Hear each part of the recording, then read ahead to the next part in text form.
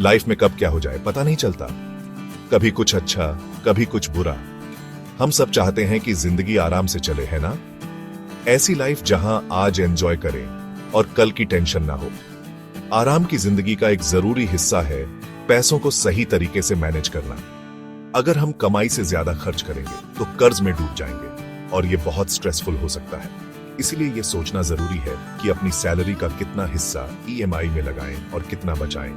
ये बैलेंस हमें आज को एंजॉय करने में मदद करता है, बिना फ्यूचर के साथ समझौता किए। मतलब आराम से रहना और साथ ही सेफ्टी नेट भी बनाना।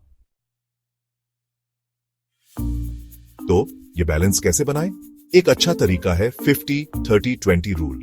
इसका मतलब 50% सैलरी अपनी जरूरतों पर खर्च करो, जैसे कि रेंट, किराना और बिल्स। 30% अपनी पसंद की चीजों पर, जैसे बाहर खाना, मूवी और हॉबीज।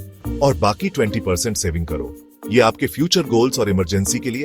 अब जहां तक बात ईएमआई की है, कोशिश करो कि टोटल ईएमआई सारे लोन्स मिलाकर आपकी सैलरी के 30% से कम रहे। इससे आपके पास बाकी जरूरतों और सेविंग के लिए पैसे बचेंगे। याद रखो, सबकी सिचुएशन अलग होती है। अगर आपका बड़ा परिवार है या आप किसी बड़े शहर में रहते हैं तो आपकी जरूरतें ज्यादा हो सकती हैं। इन परसेंटेज को अपने हिसाब से एडजस्ट करो।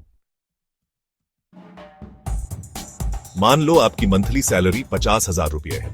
50-30-20 रूल से 25,000 रुपये 50% आपकी जरूरतों के लिए, 15,000 रुपये 30% आपकी पसंद की चीजों के लिए और 10,000 रुपये 20% आपकी सेविंग में। अब अगर आप लोन लेने की सोच रहे हैं तो ध्यान रखें कि ईएमआई 15,000 रुपये सैलरी का 30% से ज्यादा ना हो।